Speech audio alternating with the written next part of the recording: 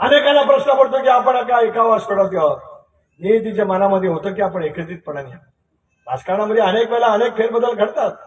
नाहीतर कोणाला वाटत होतं की 2019 सालामध्ये ज्या सोनिया गांधींनी आज शिवसेनेवरती टीका केली त्या सोनिया गांधींची मदत घेत शिवसेना सत्तेवरती कधी बसेल असं कधी कोणाला स्वप्नात वाटलं होतं? स्पष्टपणाचा कौल भारतीय जनता पक्ष आणि शिवसेनेला मिळाला होता. कुणी ते मोडलं त्याच्या इतिहासात मी जाऊ इच्छित नाही. मी त्या सगळ्या घटनेचा साक्षीदार आहे. कसं घडलं, काय घडलं, पडद्याआड काय घडलं, पडद्याच्या पाठीमागे काय घडलं, आज या ठिकाणी मी सांगू इच्छितो. त्यावेळेला चालू शकलं, आज काय नाही चालू शकत.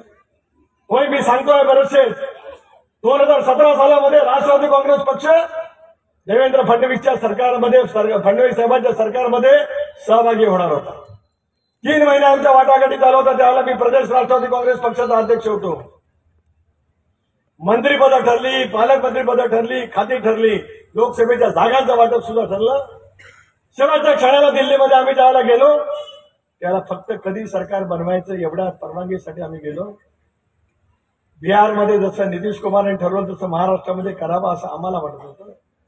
प्रस्तावावरती शेवटची चर्चा झाली त्यावेळेला भारतीय जनता पक्षाच्या केंद्रीय नेतृत्वाने सांगितलं शिवसेना रहेगी.